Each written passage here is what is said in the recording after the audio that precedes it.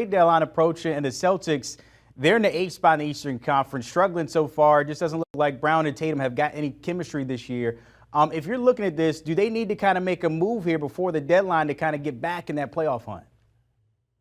I would say yes. I mean, a couple years ago, we were talking about this team coming out the Eastern Conference as the champion, them in Philly.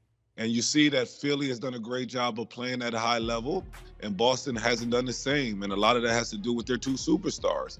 And you hear rumblings in the locker room at times where, guys need to pass the ball a little bit more. The ball sticks a little bit. When you look at the teams that Coach Brad Stevens has coached in the past, the ball always popped. They always averaged 25, 26 assists a game. They did it by committee on the offensive end.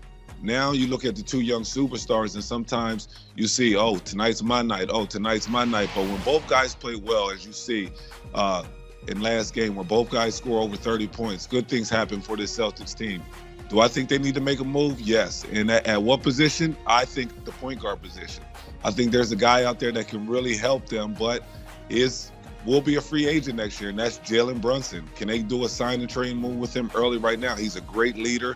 I think when you look at this team right now, they don't have that leadership, that leader on this ball club. They thought bringing Al Horford back, a guy that was a veteran guy that can control the locker room for this team, but I don't think he has all the answers at this point in his career. I think you go out and get a young guy like Jalen Brunson. If you can add him to your team, he can bring that leadership to your ball club, and he's the guy that doesn't need to score the ball to make your team really, really good. They need somebody, as you mentioned there, to kind of lead that group there along with Brown and Tatum. Do you want a sports network that delivers everything that matters about the game? The highlights, the picks, the instant analysis, no yelling, no fake debates, no politics.